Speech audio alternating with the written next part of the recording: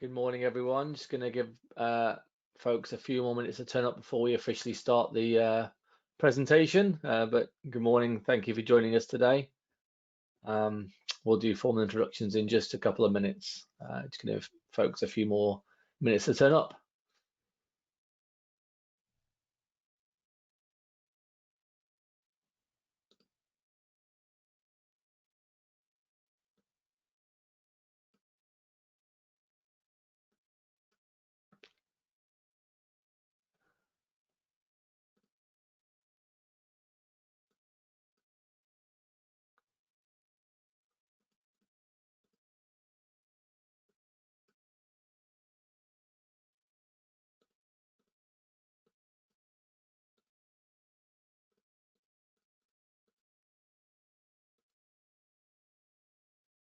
Hopefully everyone can see that. In fact, I'm going to just show my PowerPoint. So hopefully you can all see that. Yeah. Paused.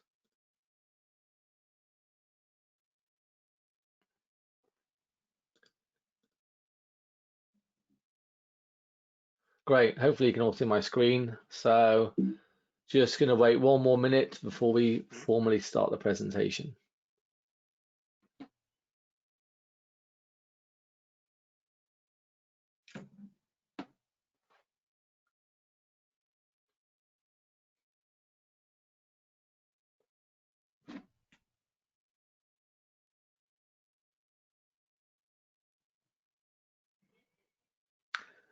Right, great. Good morning, everyone, or good afternoon, depending on where you're dialing in. I think it's good morning for most of us on the call today.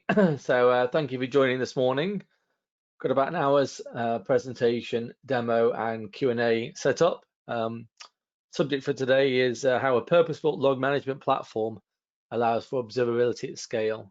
So my name is Justin List.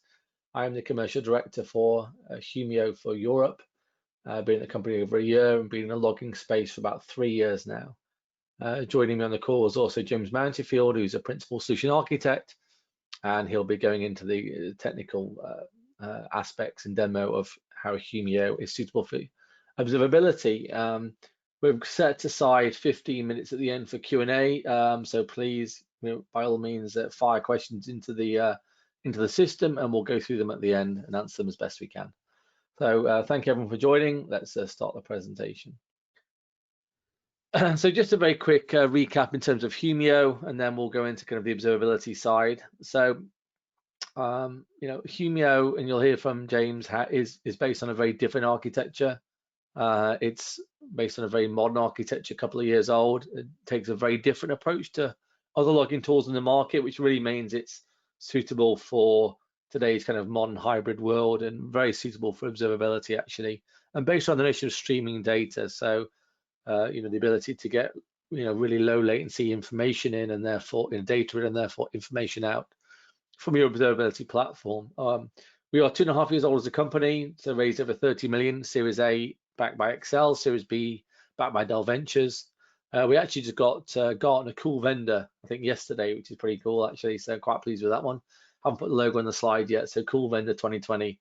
It's a good little fill-up for us as well. But logging observability tools, all sit in an ecosystem. We've got a global agreement with IBM, so we're building integration to their AIOps tools, but we also integrate to folks like Instana for their APM, and then we integrate to things like Kafka and Kubernetes as well. So building a really good integration.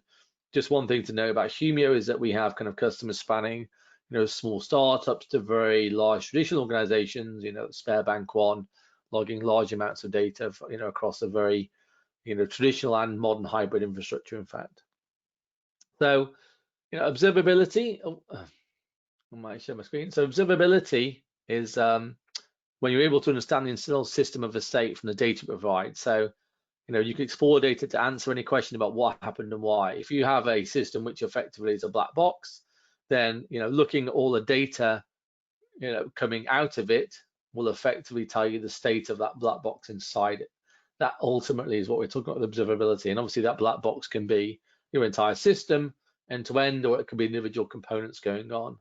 So the idea is that monitoring is really the known unknowns, the things that you expect to happen, where you're looking at this network firewall, heap usage, known errors, things like that. Observability is really how do we find these unknown unknowns, which is much harder problem, right? By definition, we don't know them, and we don't know how to know them either until they actually happen. And we see this more and more in our customer base as well. So you may hear about 3 pillars of visibility. I think it's a bit of a cliche, but ultimately it comes down to monitoring, logs, metrics, and traces. We really focus on the metrics and log side of it, and we'll partner with folks like Instana for the tracing of applications. But the idea is that ultimately, the more information you can gather from your application stack, from the surrounding ecosystem it's in, the more you'll be able to prevent troubleshoot issues, improve performance, and things like that. So I finished my computing degree in 1998, so 94 to 98. Started on VAX PDPs and finished on swanky Sun Microsystems, Java stations, and things like that. I joined Salesforce in 2010, so it's kind of saw the birth of cloud, and now we're really in a new stack again. And we have customers and we see people span all of this, and it's a really exciting time where you're going to have a lot of things on the left-hand side of your infrastructure. Everyone still has monolithic architectures and appliances. MQ and message queue were the kind of backbone of these systems. SQL databases will be around for a long time, still for sure. Then we moved to virtual machines, and for development we had things like waterfall and dev test. But the kind of modern world, or if you're starting a new stack now, you're going to look at microservices. You may even be looking at software-defined networking. You're probably either already integrating or planning to put streams as the kind of core for your new information architecture, and then looking at things like containers as well as hybrid or native cloud architectures. And then from a development point of view, when I started as a developer, we did a release every 3 or 4 months, formal waterfall approval, sign off, and we I see companies releasing drops every single day, with agile development and continuous integration, continuous development. It's a brave new world out there. So how do you support observability with this very modern world, fast-paced, high volume of data and low latency as well? So monitoring is kind of it's been around for a long time. Consumer information passively. I just take this information from my systems. I can use dashboards to highlight issues. So this is the known unknowns, right? Good for static environments that often change. I've got my database, I've got my web server, I've got my network, and I'm monitoring those things. And relatively straightforward to see when things are going wrong and start troubleshooting that. It's good for traditional systems and process. And when you had relatively slow-moving architectures with the waterfall development, where you may look at 2 years between changing things realistically, that was a really smart way to actually look at those systems. Now we have this modern systems that have high performance, and more complex as well. You move to hybrid cloud, you move to cloud. It reduces some complexity of infrastructure hardware underneath, but actually introduces a lot more complexity. So observability is really this active search for understanding. I'm moving from passive monitoring and looking at things to actually hunting for issues and looking for information within the data I've got. And I can ask questions of the data to build my hypothesis and refine my hypothesis about my systems. Really good for ephemeral infrastructure. So you may have thousands of containers spinning up that may only last for minutes or shorter even. Microservices that continually fire in very low latency. So observability is really good for that. You can't monitor a microservice. It may, or a container that may, you can monitor it, but if it's only around for a minute or 5 minutes, you actually need to go beyond kind of passive monitoring to really understanding what's going on around that. And this is really useful when we have this fast-paced agile world, and also moving towards hybrid cloud kind of systems as well. So why do we need it? The average cost of a data center downtime is, according to a Gartner figure from 2018, I think, was almost $750,000 per hour. And I suspect in some industries like telco or banking, that would actually be a lot higher. So there is a real cost of things going down, right? And that may be down to infrastructure, it may be down to incorrect code, or it could be down to some kind of cyber attack, right? And obviously we see those every single day in the news. A very traditional figure for response times was MTTR, or mean time to response, but perhaps a more meaningful figure is critical incident response time, which is how quickly could you find and resolve these really large-scale errors, the things that take down your core systems, right? It's fine to fix small problems very quickly when they're kind of systems on the side, but actually your core banking or transactional system's gone down. How long will it take to actually resolve that? And especially in the area of cyber, but even with application things going wrong, some of these incidents may have been, have things that build up for weeks or months. So how long does it take you to find issues when you need to trawl through maybe 3 or 6 months worth of data to really find that root cause? And the average, well, I've certainly seen some figures around time to deploy with CI/CD pipelines between 5 to 7 minutes. So that's really relying a lot on automated tooling to try and test as much as possible. But ultimately, you still have to see that what it looks like in the real world. So, observability is crucial in that kind of environment where things are just so fast moving ultimately. So there's a real cost behind not understanding our systems and fixing them, and obviously a real benefit, therefore, to really getting the best understanding we can, which is really, I think, observability ultimately. And modern systems are inherently complex. So this is a real application. It was a UK bank, built based on a mix of old and new. Like, most banks have a mainframe somewhere. They'll have SAP, commerce systems. They'll also have web servers, and then modern, new stack architectures for the mobile banking apps as well. So actually, it's quite common if you look at any medium to large size infrastructure. Everything is a conglomeration of these old and new services, right? With microservices talking to mainframes. And this particular organization had a challenge that their banking app went down, and this bank serves millions of people, and it went down during Cyber Monday, which is this kind of artificial shopping week that was invented by Amazon, I think. But everyone needs to access their banks, and the system went down. And of course, the modern world, how do you contact your provider if it goes down? You got on Twitter and immediately start asking them about these things. So very public, downtime of these millions of users can't access their bank. And where do we actually find this problem? Obviously, first of all, just finding and resolving the problem, getting it started, but then how do we actually stop that problem happening in the future? Where actually is the root cause behind this? Is it the web server that's gone down, or is it actually something to do with connection SSL caches in the mainframe, for example, which it actually was in this case. So these modern complex systems require really understanding quite complex flows of data across them, and I think it's very hard to do this with straight monitoring of that. You need observability where you can try and create hypotheses into these complex systems and then delve down to answer those hypotheses ultimately. Because this wasn't a simple kind of monitoring problem, right? This is much more of a complex problem. But if you don't log everything, and this is where really Humio comes into the observability stack, right? As I say, we really focus on logging of metrics, and obviously tracing is a really important part of that. So you might have an Instana or a New Relic or folks like that really understanding the application stack. But outside of that, you need to log everything as much as possible, right? If you don't log everything, how can you actually delve into that problem? How can you ask those questions? And therefore, how do you find and stop those problems happening in the future, right? Really, really important around that. And then it really comes down to this. So we've talked about these new stack architectures, microservices, use things like Lambda functions, so serverless as well. These systems can generate lots and lots of data. Plus, you've got your traditional systems as well, and then you have things that are really noisy like PCAP or login information. And most organizations we talk to are maybe capturing at best 30% of their logging data or metric data. At best, we've talked to companies and we say, how much are you logging? 3 terabytes. How much would you want to log? 3 petabytes. Or what's stopping you? And every organization has this problem where you're really only seeing this tip of the iceberg.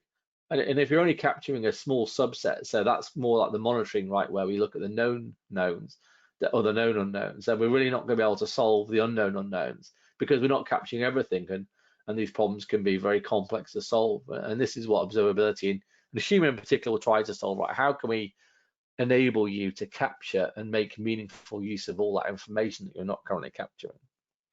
And part of the issue is that the kind of tool set you have weren't designed for this modern architecture. They weren't designed for real time. They weren't designed for cloud or microservices. So they weren't designed to scale to these modern workloads that you had. And that's the reason why is because they were based around indexes. You know, they write data, logging data, metric data to an index, and then when you query, it queries that index. And that metaphor technology stack was, you know, perfectly acceptable, you know, 10, 15 years ago when you had smaller amounts of data and slower moving, you know, less velocity of the infrastructure. It doesn't scale in any meaningful way on the modern architectures we have, and so you're limited by cost as well, by cost of infrastructure, cost of licensing. So you end up, you know, trying to just get this subset of data, but you lose that observability. So, you know, this is where it comes to Humio, where, you know, I think what we're bringing to is real-time observability at scale. So we're index-free. So we use a very new streaming-based architecture, not based on indexes. So because of that, and James will talk more about how we actually get that and what it means, you get sub-second latency on queries and alerts. So you can see these problems as they happen, or be able to delve into these, you know, answer these questions as they occur, not looking, you know, in the rearview mirror 5 minutes ago, for example, which is really crucial with these fast-moving systems. I think the other really important aspect is that you can ask queries of all the data. So with Humio, because it's index-free, we can query any text data coming in, which includes metric data as well, right? So you don't need to know in the index-based systems, you have to know the queries you're going to run to then, you know, run the searches on that, which by definition is more monitoring than observability, right? Because you're building indexes on the things you think you're going to query, and, you know, more likely often than not, when you have problems, it's those places you weren't looking. So the ability to ask questions of all the data you have at the time of query is really, really important for observability. And so James can kind of talk about, you know, what that means. And the other aspect is that by making Humio really efficient on hardware, so we're using a fifth of the compute and, you know, 10% of the storage of other kind of traditional logging tools, that then you can afford to really log everything, right? So whether it's in the cloud, which is expensive, you know, because you're paying for that compute, or on premise where everyone already has capacity constraints, if we can enable you to log 10 times more on the same infrastructure, then that unlocks 10 times more benefit of the data you're, you know, currently not capturing, right? That's really, really important. So I'm going to pass over to James to actually talk about the architecture, and then, you know, he can demonstrate this and really help you understand how Humio can support this kind of observability viewpoint. Over to you, James. Shall I just pass over to you? Brilliant, thank you, Justin. I'll take presentation.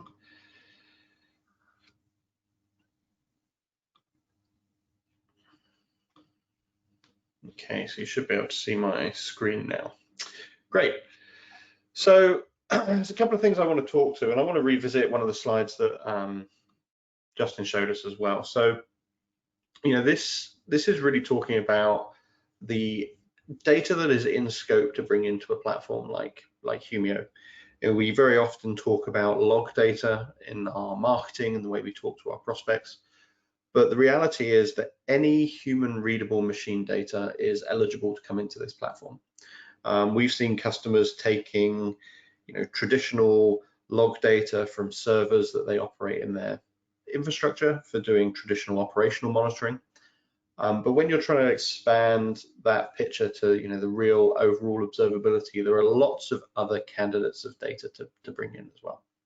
So we have all the traditional operations and infrastructure log sources, but we can also start thinking about, you know, cloud native services that we're using. Say, for example, we use something like Okta or OneLogon or something like that for identity management. That provides a human readable audit trail. It's a perfectly good data source to bring into Humio. Start looking at things like IoT use cases. You know, we may have devices that are out in the field producing data. That's a great opportunity to bring that data into Humio as well.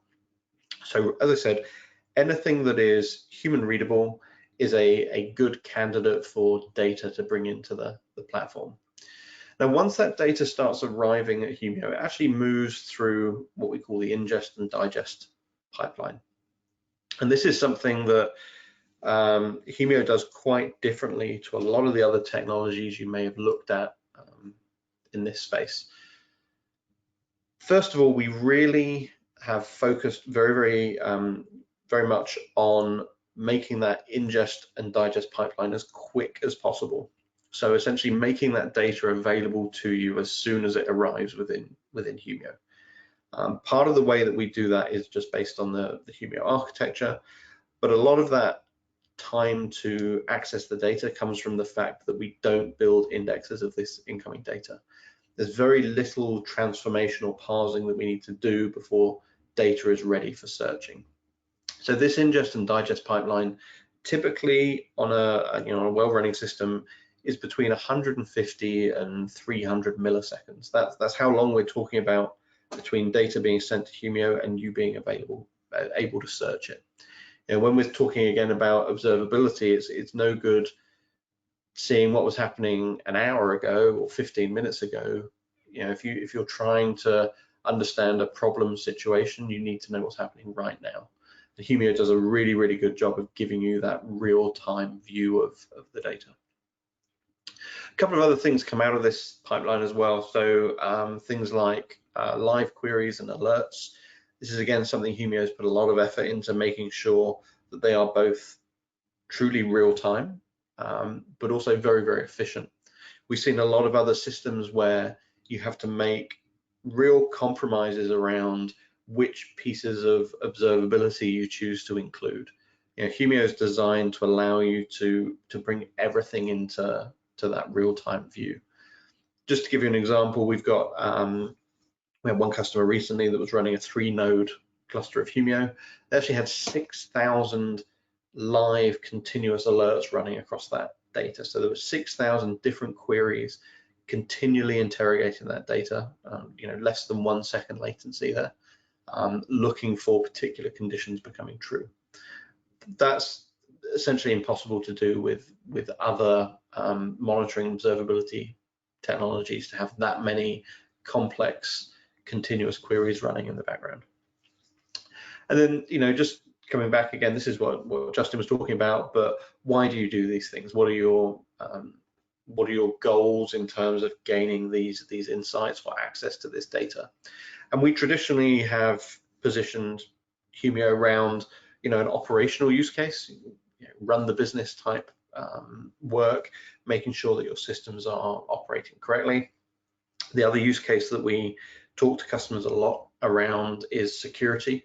How do we extend or complement some of the sort of higher order security products and maintain a larger system of record, get more data available to analysts, and also get access to that data more quickly.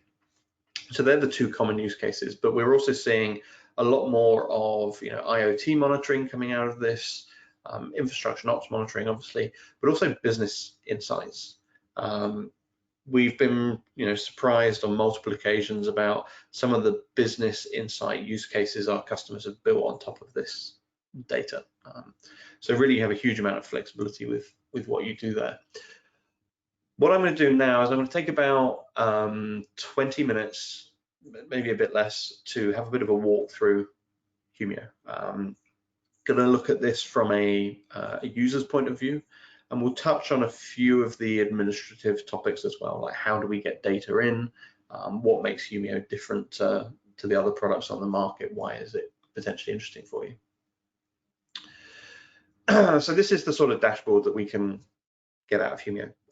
This particular demo site is taking the live data feed from GitHub. So we're just basically taking events off of the GitHub API to produce a nice demo system. But what we can see here is that this dashboard is updating in real time. This is a live view of this data that's coming into the system. We can build out all of the sort of visualizations and aggregate views that you'd expect to see from this sort of data. If I bring this up, I can even show you the queries that come in here and actually make up part of these things. So if we look, for example, at these queries over here, these are going to be very, very familiar to anyone that's used these pipelining type query languages before. So anyone that's familiar with relational databases, anyone that has used similar tools to Humio will find the query language very accessible. Essentially, you start your queries with some sort of data selector. What data am I interested in? and then you can pass it through aggregate functions, do counts and joins and all sorts of interesting things there. So that's the dashboard view. I'm going to come back and talk a bit more about dashboards in a minute, but I want to dive in a bit more into how Humio works. So this is a repository of Windows Server events, and this is in one of our demo instances that we have. Now, Justin talked a lot about being index-free and also compression and performance and the infrastructure footprint of Humio. I just want to talk about that for a second. So as we can see from these cluster statistics here, we have nearly 400 gig of uncompressed data represented in this cluster, but we're actually only using 30 gig of storage to hold that, which means we're getting around 13.5, 13.6 to 1 compression on that data. And that is the true ratio between the data that has been sent and the amount of storage that is being used. We achieve that through a couple of mechanisms. First of all, we don't build indexes. Not only does that save on the workload of receiving data and preparing it and processing it and making it available, but indexes are traditionally, or they are quite big things to build. If you send 100 gig of data to an index-based system, it's typically going to produce between 100 and 300 gig of additional index data there. So we don't have that overhead in the first place. The second thing that we do is we use very aggressive compression, and we put a lot of effort into organizing the data so it compresses well. And we've built compression in as a principal sort of design component of Humio. That means that compression does not slow the system down. Compression is how we get our performance. And different types of data compressed by different amounts. If we look at this Windows servers repository, we can actually see that we're getting compression over 30 to 1 for this data. Now, if we think about the problem of searching all of these events, we don't have to search through 200 gig of data, we have to search through 7 gig of data. That makes a massive difference to the performance of this system. So let's go back into our Windows servers repository. And repositories are where we organize everything in Humio. You can set up a repository per application team, for example, and you can mix different data types within a single repository as well.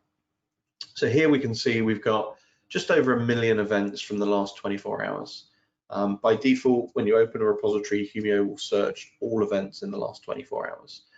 Again, that's in contrast to some of the other systems you might have used, which are limited to maybe 5 minutes or 15 minutes. The performance we see from Humio, we can just go for 24 hours. And there's various different ways that we can search this data. Obviously, this query is bringing back all events. Let's see if we can find something interesting. Okay, let's take for example. Okay, yeah, let's take for example these one of these events, one of these IDs. So this is an event ID. Now this has obviously been represented in a particular field, but we don't necessarily need to know that. I can just do a plain text search across this 1 million events. If we let that run, it will find how many? It found 500,000 matching events, and that query took, I can see from the result count here, is less than a second, maybe about half a second to run that. And we can start joining those sorts of concepts as well. So we could take something like this value here.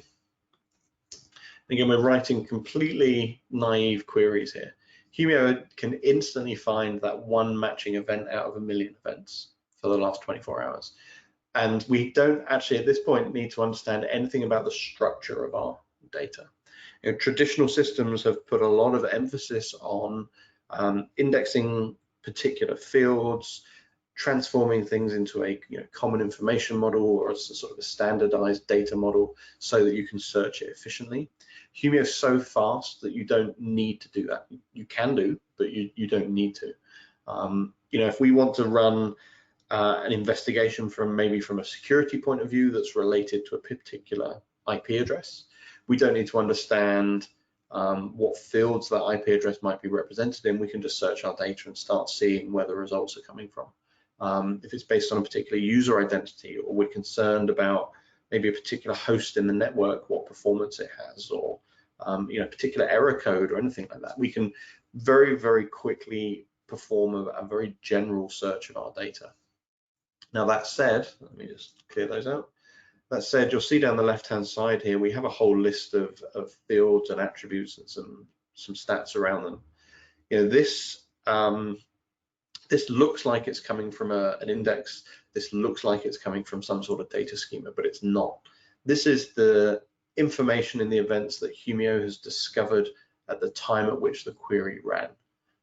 This means that this schema is basically discovered on read, and Humio can therefore hold as much history as you want. If you were holding 1 month of data or you were holding 10 years of data, it doesn't actually make any difference to the performance of Humio, because we don't sort of maintain a global state of the data that we're holding here.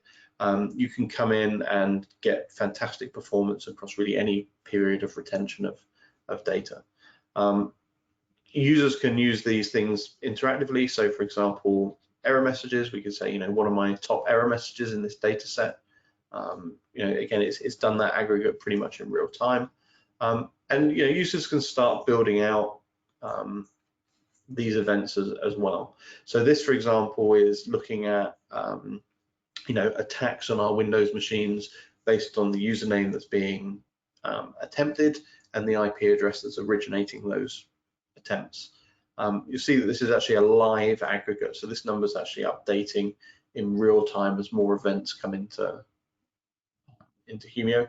And there's very few systems that can show you, this sort of aggregate this quickly, but also maintain it as a live view of that data. So this search screen, this is all about exploring your data, doing investigations, really understanding what information is in here. This is also how you start building out a dashboard. We take a query like this, which is showing us by country code the number of attacks, where they're originating from. We could save this and we could start building out a dashboard panel from here. And that's how you end up with these sorts of views. These have all been built originating from queries that people have started building. So the way I like to think about this is, the search screen gives you, as an analyst, it gives you the ability to explore your data, to start building out those dashboards, run an investigation, come in here and actually solve real problems around the information you're collecting. The dashboards are all about gaining, very high level, quick overviews of scenarios you already understand.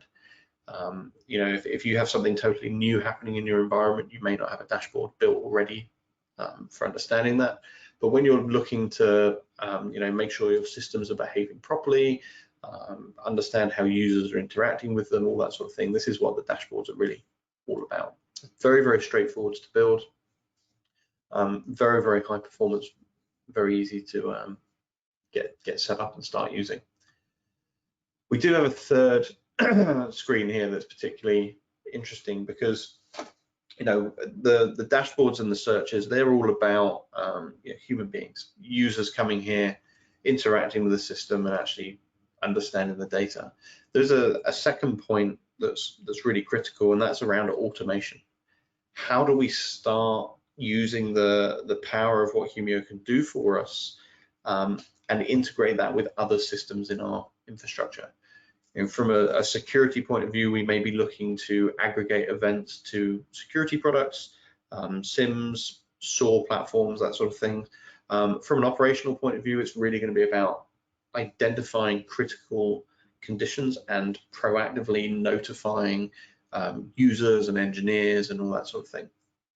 And we do that through what we call alerts.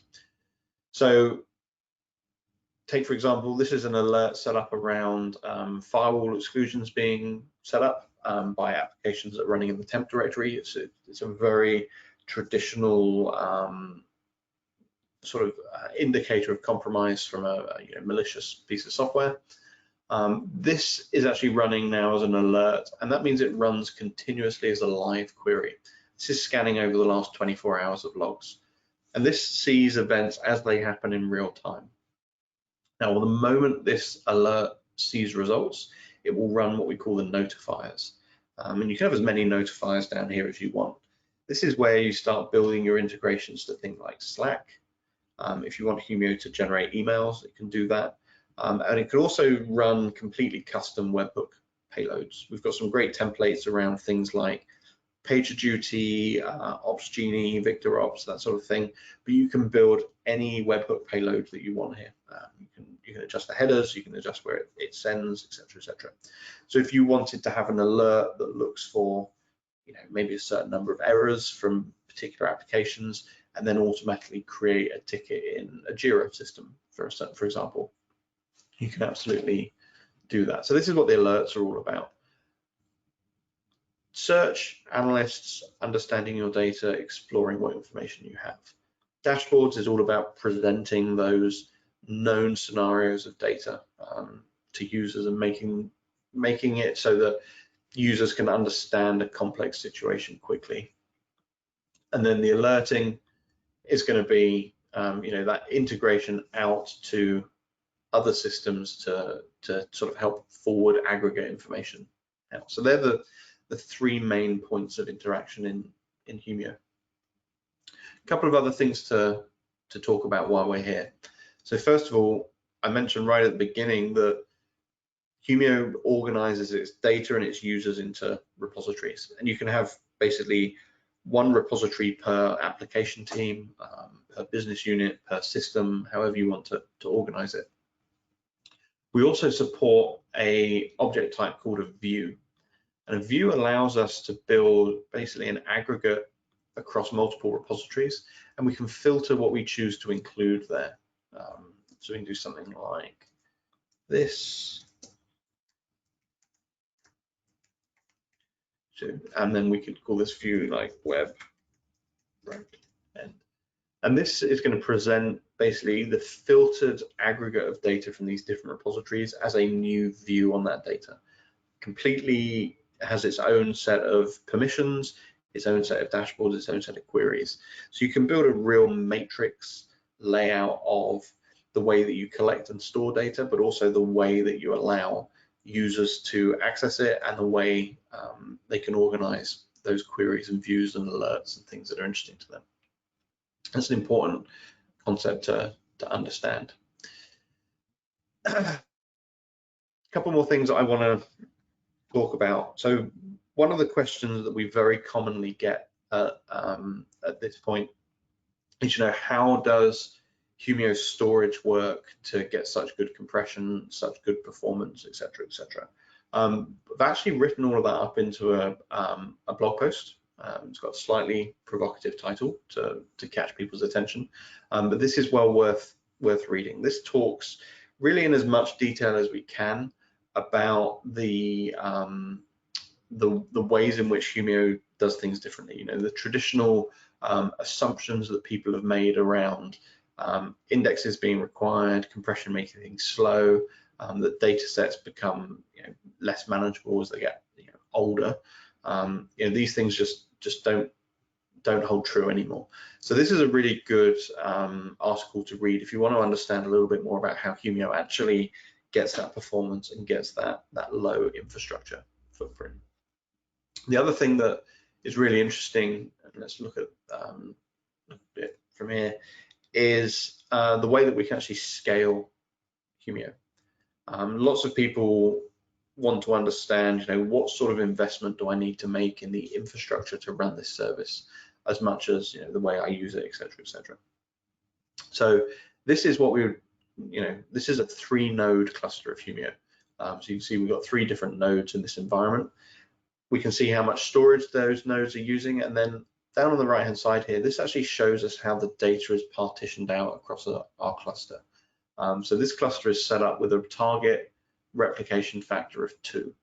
This means that every piece of data we receive and process, and every piece of data that we store, we want it to be copied onto at least 2 of the nodes in the cluster. And really, you want to be building a minimum sort of 3-node cluster for this sort of system. That means that you can do 0 downtime maintenance. You can take one node, any one of these nodes out of the cluster, and it will continue to perform well.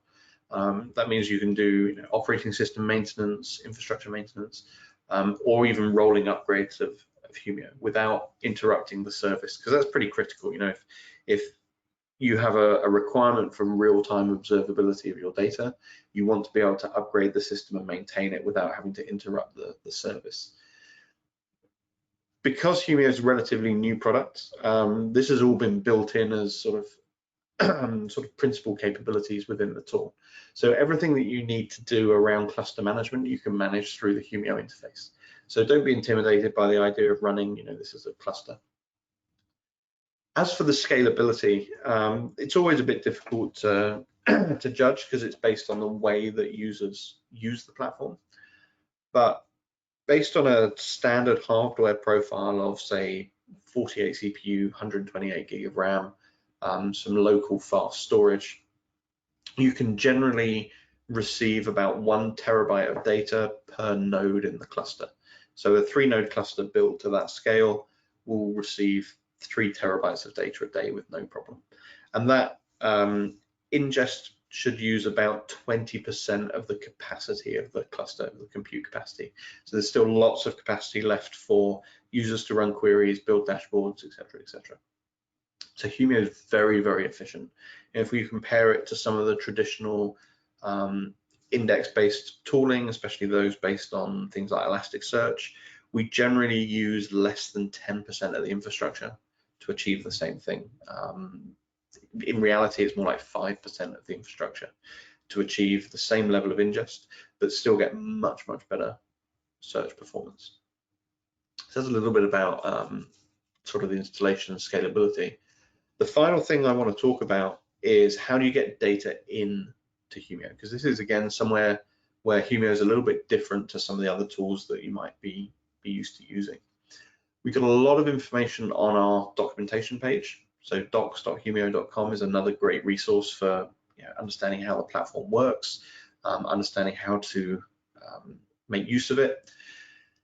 Then we talk about all the different ways of bringing data in. So we actually have what we call ingest listeners. So for those of you that are already syndicating data around using syslog, NetFlow data moves around like this quite often, Humio can open raw TCP UDP ports for receiving that data. It's probably not recommended for a new deployment, but if you already have that infrastructure in place, then Humio can just drop straight in and receive that data. Humio also has native ingest APIs for receiving structured and unstructured data. So if you want to build a direct integration into Humio, you can. But what's probably the most common integration point, let me just bring this page up, is Humio is obviously trying to be deployed in places where we quite often find things like Splunk. We quite often find the Elasticsearch products there as well. So Humio actually provides the Splunk HTTP event collector, or the HEC API, and it provides the Elastic Bulk API. And that means that any collection technology you may already be using around Splunk or Elasticsearch can pretty much work directly with Humio. So if you've got, for example, like a managed firewall that has a Splunk output option, you can almost certainly configure that to just point directly to Humio and it will work exactly the same way. We see a lot of that in things like AWS. They have quite a few Splunk integrations. You can just send that data straight to Humio as well. The Elastic Beats products, they're all compatible with Humio as well. You just use the open source version, but they just work. And then for those of you that are moving into more of the sort of container and container orchestration tooling, you'll be very familiar with FluentD and FluentBit, and those sorts of products. Again, we just make use of the Elasticsearch output plugin and receive that data straight into Humio. So there's not a huge amount of change needed to start making use of Humio rather than some of the other tools that you might also be using. Final mention on data collection, talk a little bit about Vector. So Vector is a new collection agent that's being built by a company called Timber. It's designed to be a very, very high performance data collector.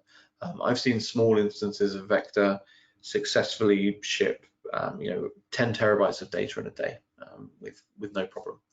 So Vector is also really worth looking at if you're looking for a sort of vendor agnostic data collection tool. FluentD is pretty good.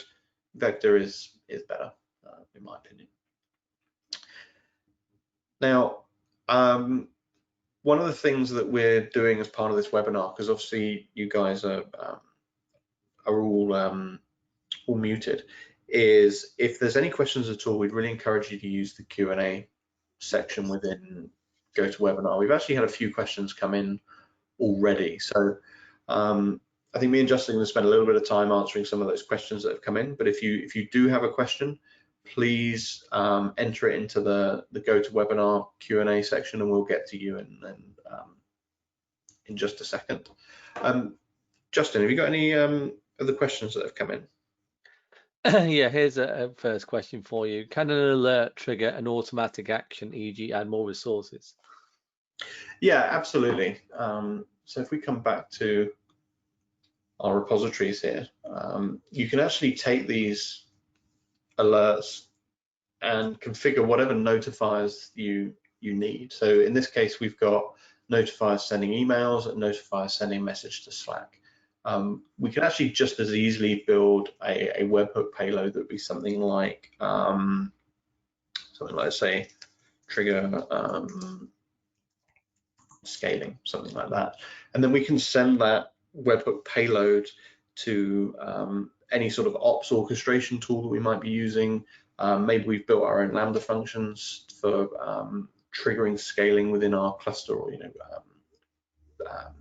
cloud functions, whatever you might be using, and I can include in the payload any information I need to help the system understand what's happening. So if I, for example, had an alert that was looking for latency on different apps, the webhook could then send out an alert to a system and say this particular application is under load, scale up the service. One other thing we actually see customers doing quite a lot, just while we're looking at this, is they use alerts to trigger that sort of notification. And then Humio, everything I've shown you in Humio today is covered by the APIs for the platform. So the alert can trigger the system that it's something that needs checking. Those systems can then come back and run specific queries of interest back into Humio, again, fully automated. So it's not just limited to the information that you can pass an alert. That system can then interrogate Humio to get more details as well before making decisions about scaling and that sort of stuff. Do we have any more questions? Yeah, another similar one actually. So is there a way to reduce false positives for alerts? Mm-hmm. Yeah, we've actually just released some new features around this as well. So if we look at the alert config, there's really two parts to it. So there's reducing false positives, but also understanding how to throttle the events. What we found is that truly false positives just come down to how well you've written your query to make sure it's correct. Where we actually found customers were having more issues was the same alert firing too frequently when the conditions hadn't really changed. So we've actually introduced some more detailed throttling. So in the past, you would throttle events based on how often the alert was firing, but we can now actually throttle it based on specific fields. So if we had that scenario of if an application's load exceeds 80% for more than 5 minutes, something like that, send an alert, we'd actually use the application name as a throttling attribute. So Humio is smart enough then to know that if another application has problems, send alert, but if it's the same application, then don't resend that alert. Okay. Any more questions? Yeah, how do we log information like Windows login in a log? So I think the question was something like we can't log them currently. How do we do that in Humio? You see, again, we've got a couple of options around how you do that. This Windows servers repository, this is actually obviously taking data from Windows events, and there's a few different providers here. Most of this is based on the Elastic Beats collection tools. So we can see that we're getting metrics in here. So this is using Metric Beat. And I actually know that these Windows event logs here are coming from WinLogBeat. In fact, we can see the agent type here. Let's see if we can do this. Yeah, so all of the data in this repository is coming from Metric Beat and WinLogBeat. So WinLogBeat is the Elastic agent for putting out on your Windows servers. It's got a really nice interface for picking up Windows event logs, and it makes for a really nice format as that data arrives.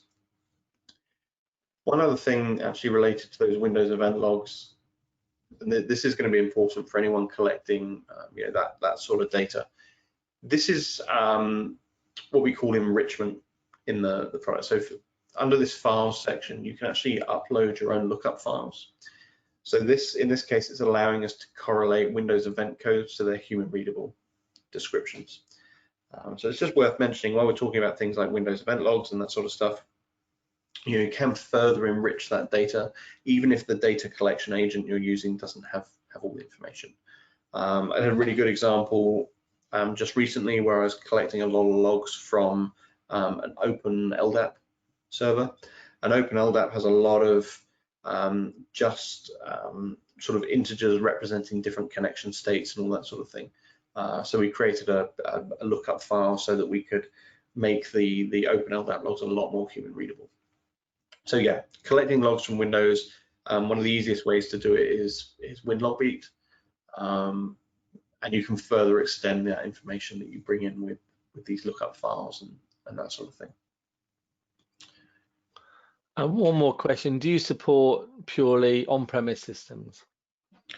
You have a choice of making use of Humio both on-prem and as part of our SaaS service.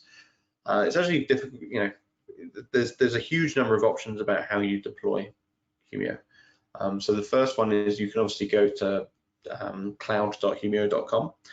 That is our service offering, and you create an account, we run Humio for you.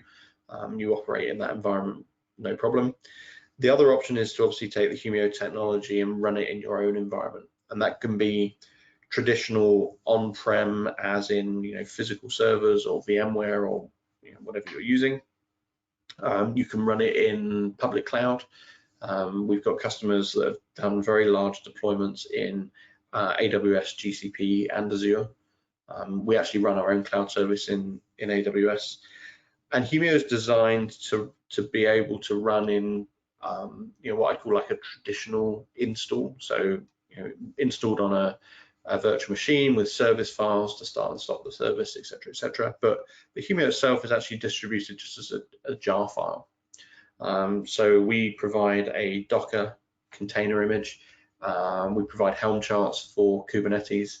You really have a huge amount of flexibility about how you actually run the Humio application. So really, whatever suits your infrastructure. Great, thanks, James. So not a question, but just I asked one of my customers, what they thought about Humio for observability. This is a modern, born in the cloud bank with all new stack, architectures. And they were saying to me that they had some recent incidents where they were getting these 500s back to the end users through a shared load balancer, and they were using Humio to really kind of understand what that is, and they were enriching port numbers with names, found the port name which showed which service was running slowly, and then used the service logs to find the slow database query behind all of that. They were looking at things like response times, target response times. AWS was just providing 500s, but they didn't know where it's coming from. So, and they actually said they use Humio for the unknown unknowns, thing grouping by response, using alerts more seriously and things like that. So, and it also, if they don't hear about a service in 5 minutes, they alerts on it as well. So, just an interesting observation from a customer doing real observability on some of those modern web stacks we talked about. But I think that's it for the question side, James. If there's anything else from you, any kind of data, anything you want to bring up. Otherwise, I think we'll stop the presentation here. Thank you for your time, everyone, for joining. Hopefully you find it was useful, and there'll be a link that's sent out with the recording of this shortly after the presentation. But thanks everyone for attending today. Appreciate it. Great. Thank you.